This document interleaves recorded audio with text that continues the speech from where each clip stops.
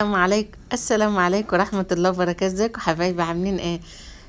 صباحكم مشرق بنور الله. اللهم صل وسلم وزد وبارك على سيدنا محمد في كل نفس ووقت وحين وفي الملأ الأعلى إلى يوم الدين. ايه رأيكم في الجمال ده حبايبي؟ الفروتة المسكرة هنعملها بطريقة جميلة قوي. انا بقالي سنين بشوفها على القنوات، فقلت ايه اجربها معاكم، فجربتها وطلعت بالجمال ده، فما استخسرتش ايه، قلت بقى اعمل الفيديو من جديد معاكم. يعني اول مرة جربتها بيني وبين نفسي كده، ما سجلت الصراحة، فقلت ايه اعمله معاكم عشان ايه الدال على الخير كفاعله وكله يستفاد. بعد ما جربته قلت اعمله معاكم بقى يا حبايبي. هنا بنجيب قشر البطيخ، بنقشر منه القشرة الخضرة دي، خلاص بنستغنى عنها، وبنحاول نشيل الاحمر على قد ما نقدر. وبنقوم جايين بقى واخدين الطبقة اللي هي بين الاخضر والاحمر دي، يعني لو فيها حاجة بسيطة زي ما انا سايباها كده عادي، مش هتغير في الطعم كتير. وبنحاول نقطعه مربعات، وممكن تقطعيه زي الشرايح كده.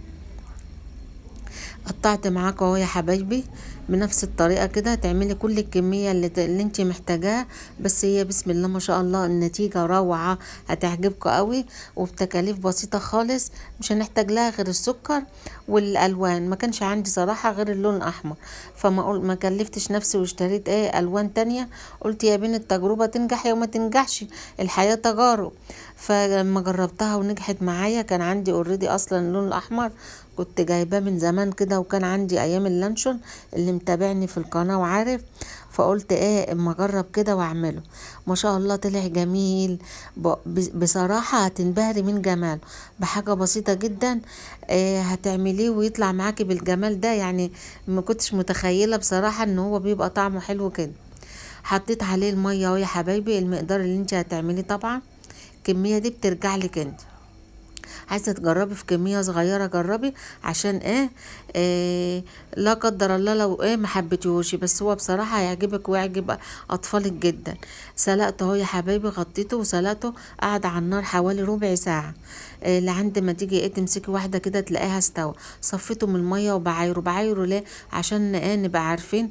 واحده نزلت على ايديا، ايه يكفينا شر النار وعذابها يا رب. هنا بعايره ليه بقى يا حبايبي؟ عشان نبقى عارفين المقدار ومتحكمين في كمية السكر. الكوباية من القشر اللي احنا سلقناه ده، قشر البطيخ، هياخد معانا نص كوباية سكر. وهنعمل كمان ايه معانا كده نص ليمونة نشف جدا، هنعصر كده عصرة ليمونة بس. والفانيليا هنضيفها في الاخر خالص، اما يتعقد معانا. عايرته كله يا حبايبي، وضفت له السكر على قد المقدار اللي عايرته. وقمت جايه بقى سايباه على نار غالي، نار عاليه، دقيقتين كده غلا.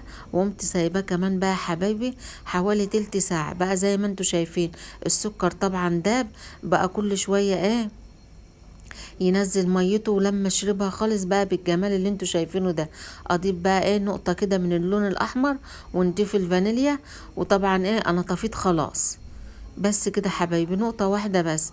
وبتقلبي طبعا وتشوفي اللون، لو عندك اصفر او اخضر او اي لون تاني بتقسمي الكميات وتحطي الالوان بقى تبع يرجع لك انت. شايفين الجمال يا حبايبي؟ بسم الله ما شاء الله. ممكن توصلي لعند هنا وتستكفي، وممكن بقى تجيبي شوية سكر، وتقومي مدحرجة واحدة واحدة كده في قلب السكر السندرفيش العادي بتاع التموين العادي. بتقومي جايه ماسكه حبايه حبايه كده، بس يكون برد تماما. وتقومي جايه حطاها في قلب طبق وفيه سكر، وتقومي مسكره. اللي انا كنت عاملاه قبل كده في العلبه ووريته لكم، كنت عامله جزء سايباه كده وجزء عاملاه بالسكر. فقلت المره دي بقى اما اعمله كله كده، مش هعمل بالسكر تاني. شايفين الجمال يا حبايبي؟ واللمعة والطعم وشوية الفانيليا ما شاء الله خلوا ريحته تحفة. فما شاء الله جربيه ومش هتندمي. يا رب يا حبايبي الفيديو النهاردة يكون عجبكم. وتحتفظي بقى في علبة محكمة كده، على رف التلاجة بتقعد ما بيجرلاش اي حاجة. بوريك اهو دوت مسكرة اللي في العلبة، واللي في الصينية اللي من غير سكر. والسلام عليكم ورحمة الله وبركاته.